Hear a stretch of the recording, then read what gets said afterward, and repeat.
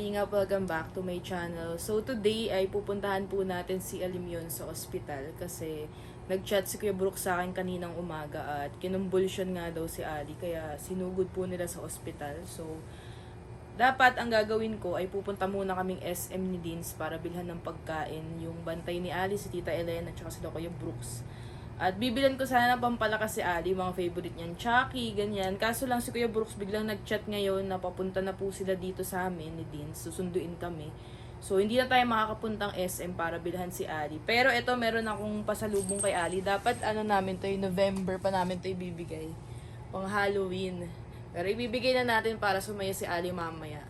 So, kakausapin ko si Kuya Brooks kung may madadaanan tayong pwede naming bilhan ng pagkain para sa kanila. Mamaya sa ospital din na sila mag-asikaso ng pagkain nila. So, antayin lang namin si Kuya Brooks, tas pupunta na po tayo kay Ali. Ay, ako lang. Si Papa, si Jay, nandun na po kami. Si Jenny di pwede sumama kasi delikado, madaming influenza issue ngayon sa mga ospital. So, nandito na tayo ngayon sa ospital at inaantay lang natin si Ate Rhea lumabas kasi nasa kanya daw yung yung gate pass. Kaya, wait, naantay lang natin. Si Kuya Brooks nag-park lang po. Hindi na kami nakabili ng pagkain kasi nagmamadali si Kuya Brooks at rush hour na.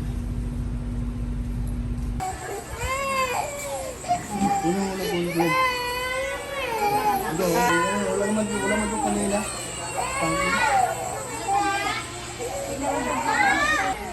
Ate, ay, ganda. Wow. Nick. Apple! Ay, inatake ulit siya, Nick? Ano na problema nun? Wala pa. In-x-ray siya kanina eh. Next siya? Ay, yeah. Okay. May oxygen si Ali. So, tama lang na Oxygen. tama lang na-admit. Confine, tama lang. Kasi,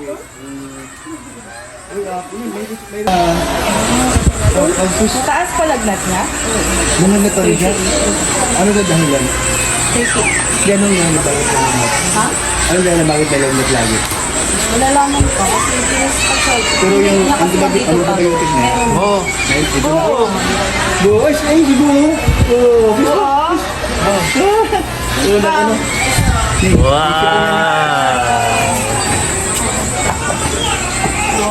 Di ba naman ano naman yun eh? Dapat nabanlawan. Hindi, naman ako na. Ha? May ako binaban na. Kasi pinupunas ko. Ano ba kung dyan si ano dito? Wow! What's that? Wow!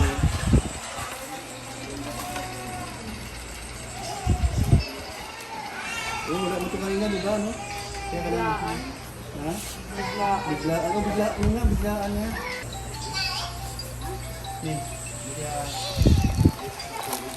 Ha? Yung tignan ni Ali yung drone. So, ini na, next siya. Oo, in-x-ray. Dami candy, Ali. Ito mo siya. Next siya. O yung ano, yung... Niyo, makailangan mo na ano, charger. Ludan mo kasi nagagalit ko na ano. Ano daw natin? Ulit-ulit yung ano akin niya. na number. Hindi mo siya yung number. Paulit-ulit yung pinapanood. Kailangan mo na, no? Kailangan mo ng charger. Ha?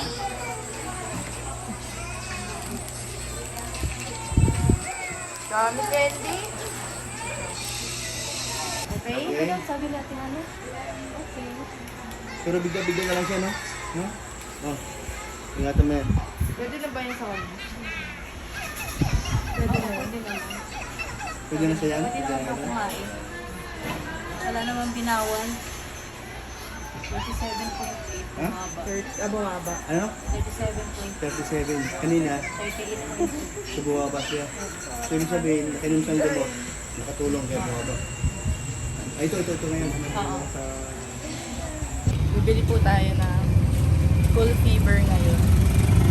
Dahil kailangan ni Ali, so lumabas lang tayo. Sa tapat lang po to ng ospital. So, bibili lang tayo ng cool fever. Tsaka alcohol na din, no? Bili natin silang alcohol. So, ito na po yung cool fever tsaka alcohol. 6 pieces na yung binili natin. 6 sheets pala. Para hanggang bukas pa kasi si Ali po. Pero hindi pa rin sure kung kinabukasan noon, eh makakalabas na siya kasi kailangan i-monitor. Naka-oxygen na nga din siya ngayon eh, kasi nga kinumpulsion siya. So, na inoobserbahan. Sila Ate Rhea nandito din, tsaka si Kuya Rex. Nasa labas sila, nag-aabang. Kasi konti lang po ang pwedeng pumasok na bisita. So, nakipagpalitan kami. So, tara, puntahan natin sila. Mas kayo. Dito, isay natin si Papa mo. Sabay kayo. Ayan sila Ate Rhea. Dumalaw din po sila dito. Anong oras kayo nagdalaw? Ayun lang. Nakakarating. 5:30 yata. Kasunod lang tayo. Maliwanag pa. Malalaman kayo. Malaman. Pag may mga results na yun. Malaman na. Kasi sa akin. Mawawa naman, no? Meron na siyang oxygen, no? Wala man pa kanina. So may tendency na bigyan na lang, kinakapos lang ng hangin. So, makabuti pa na isang linggo dahil meron siyang antibiotic. Binigyan ng doktor sa linggo. Matagal pa sila dito. Mag-hi ka doon, no? Ali, hayo. Mag-hi ka doon. Hi! Sige na. Hi! May topak si Huwag ka Ali. mag-alala. Shout out! Sige na, mag-hi ka doon. Topak si Ali, guys. Ano sa kondisyon? Hi daw. Kahit nasa ano siya. Hihina po si Ali at baka 1 week pa daw po dito si Ali. Sana wag naman. Kawawa naman, Ali.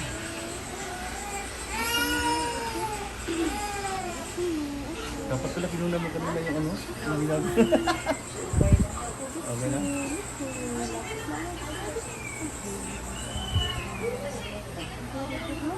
Wait na kami. Pero balik kami bukas. Hindi. Oh, matitira. Ganun mo. Ganun mo sa kamay mo. Yan. Balik kami bukas. Ha? Tapos ba ito? Baba na, baba. Babalik kami. Bye-bye.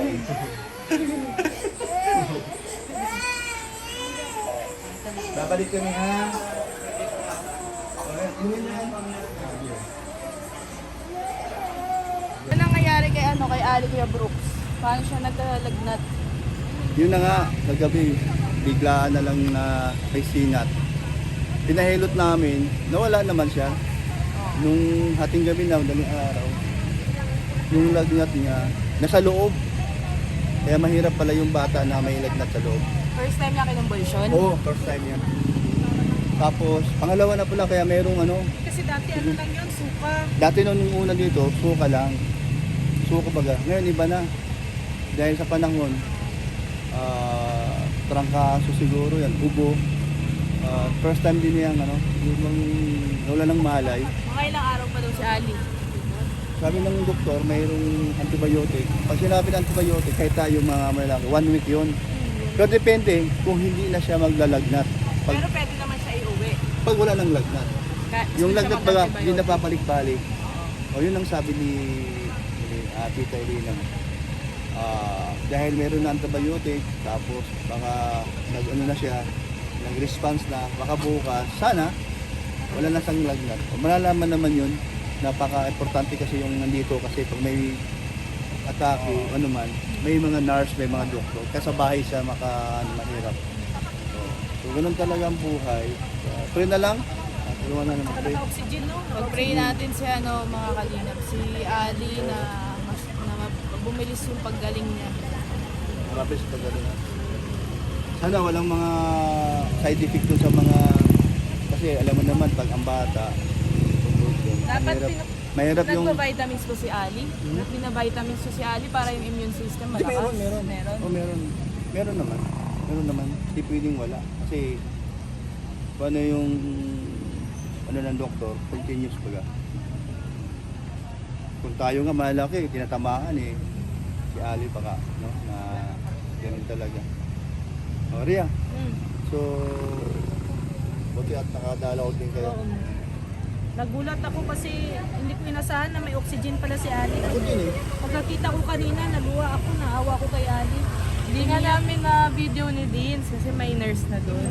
Sabi ni nagbabay siya, tapos nag-heart si Ali. Hindi naunan eh. May nurse na eh. May nurse na kasi. Nakakaiyak yung mukha ni Ali na nag-heart siya. Umiyak siya pero nagbabay pa din siya. Di Gusto na namin niya nakuhaan. umuwi, gusto sumama, alam mo naman. Oo. Paglabas ko nga umiyak kasi gustong sumama. Namimiss na yung ano Big ba? house na nga daw siya, big house. Yung mga ginagawa niya sa bahay. Ang good news, Kahit saan. hindi masyadong katambay si Ali. Tsaka bumaba na din naman Bumaba at na yun. 37 na yung Bumaba na. Oo. Kasi kagabi daw nag-39. Yung lagnat niya paggabi. Oh, ano yun, mataas yun. Papunta na sa 40 yun, mahirap yun. Sobrang ano yun. Kaya buti naman at naagapan natin. Di ba po pwedeng pabayaan yan eh. Kasi siyempre ayaw natin may mangyari na hindi maganda sa kanya. Sige, uwi na tayo. Salamat po sa suporta niyo po. No? At ito po, hingi ako ng panalangin para po kay Alemyon. Sana mabilis na paggaling. At yung inom ng kanyang mga gamot na bigyan ng doktor, naway kasihan siya ng Diyos na buhay na nakatulong din ng husto doon sa antibiotic na iniinom niya. Ayan. Pray lang po. Ayan po no, sa ating aling maliit. Alam yun. Thank you po. God bless po kay God bless po sa ating lahat at pag-pray po natin ang health ni Ali. Salamat po mga kalinga. Huwag po natin kalimutan ngayon nga. Isama po natin si Ali sa mga dasal para mas mabilis po siyang gumaling. And ingat po sa lahat kasi uso po ngayon ng may bago na namang virus. So ingat po tayong lahat.